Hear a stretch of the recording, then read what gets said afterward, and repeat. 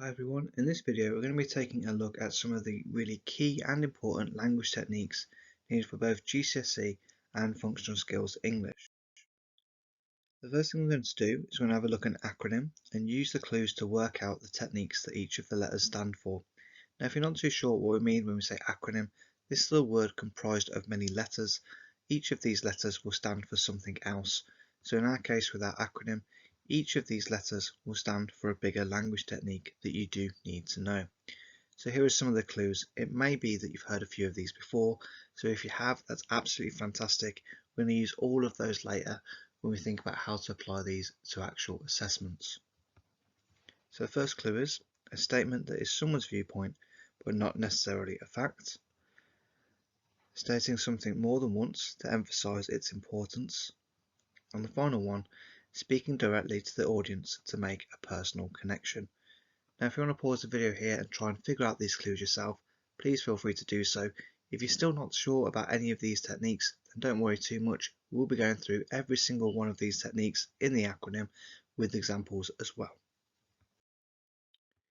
So by the end of the video, we're going to be able to recall the acronym needed for functional skills, understand the definitions and the examples, and then you're going to think about applying your understanding to practice an exam style question. Class feedback. Check your answers against the correct ones. So on the right hand side then we have our acronym, which again is DeForest. Each one of these letters are going to stand for a bigger technique that we're going to be able to use in our writing. So for the first one we have direct address. Next one we have our A, which is alliteration. Then we have our F, which is facts. O, which is opinion. R, which is rhetorical question. For our second R we have repetition. Then we have emotive language. Then statistics, and finally a triplet or a rule of three. Now it's good to think before we move on, can you define any of these already? If you have a look down the list, you may find that there's one or two of these that you know already, and maybe it's something that you use in general conversation already.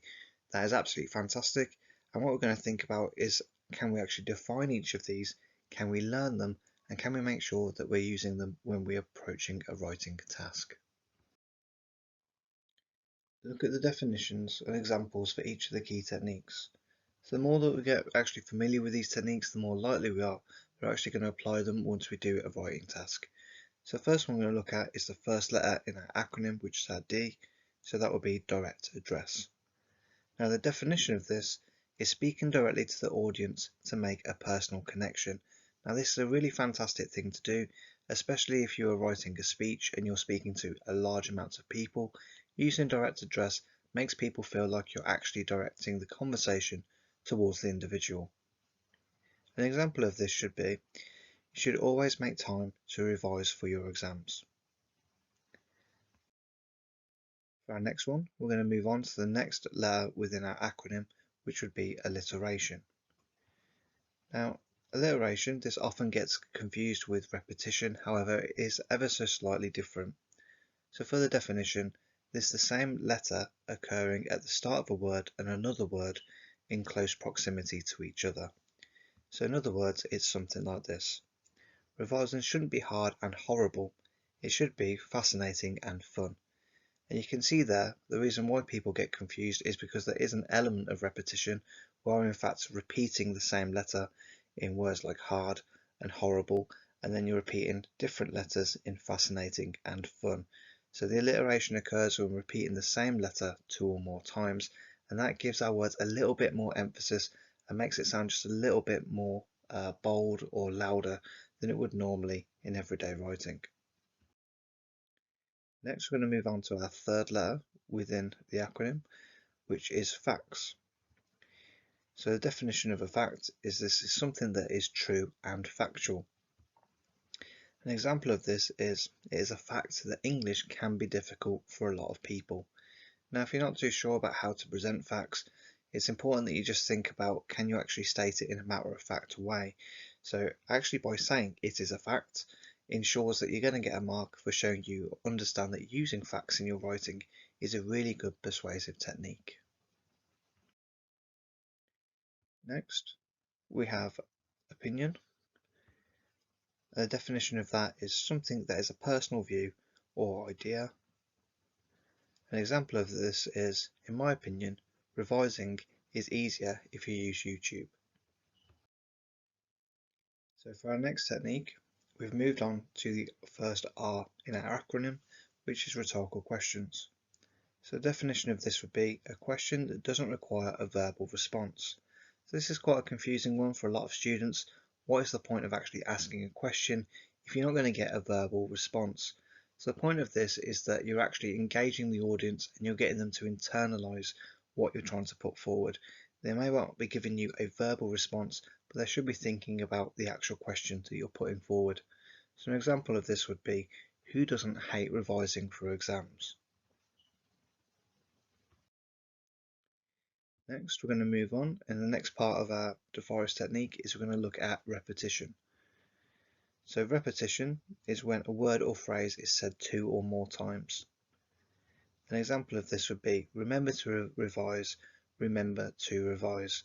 So if you've got a really central message that you want to convey to your audience, it's important that you repeat that maybe in the first paragraph and again in the second or even the third, and that is just going to reinforce the idea that you're trying to get across to your audience. Next, we're going to move on to the next one, which is emotive language. A definition of this is words that get an emotional reaction from the audience. An example would be, learners often stress and worry about revising for their exams. Now, if you think about actually the words there that would be classed as emotive, we're talking about the ones that will get a reaction. So referring specifically to words like stress and worry, because these are things we don't really want people to do. We are explaining that we understand that there's an emotional struggle that comes with revising. So now we're going to move on to S. So S within the DeForest techniques stands for statistics.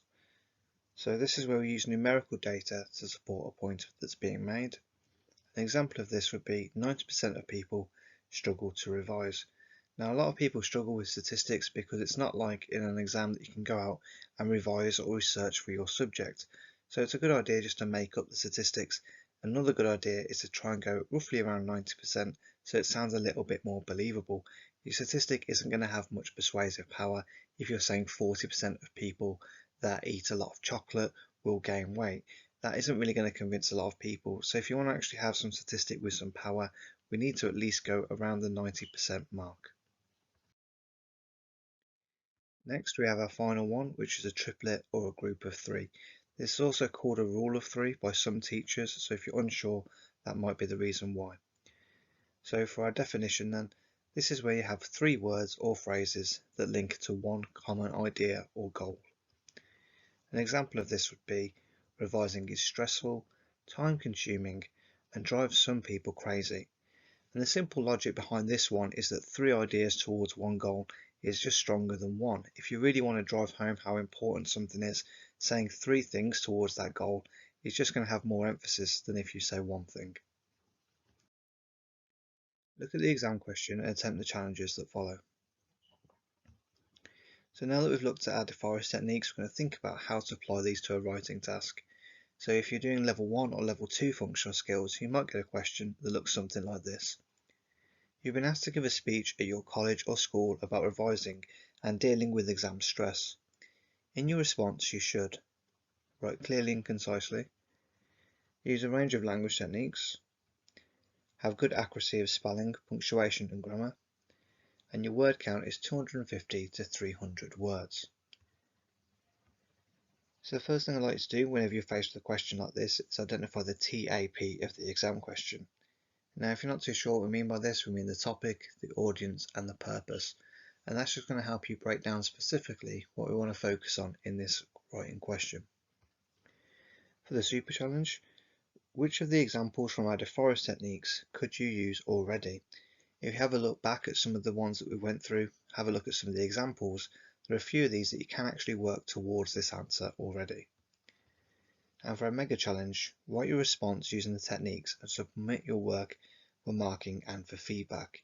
Now, if you're struggling with this, if maybe it's your first time having a go at a writing task, then do check out our example in the next part. It's going to really help you to see how we can apply those techniques to a real life example.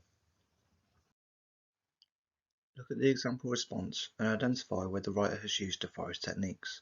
And if you're still struggling to identify some of those, if you have a look, some of the actual sentences have been highlighted in red. You just have a think what techniques these might be referring to.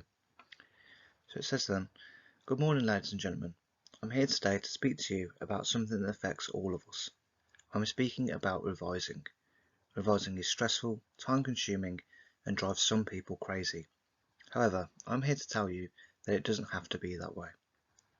Firstly, in my opinion, revising is easier if you use YouTube. Did you know that there are literally thousands of videos online dedicated to helping people to improving their skills in English?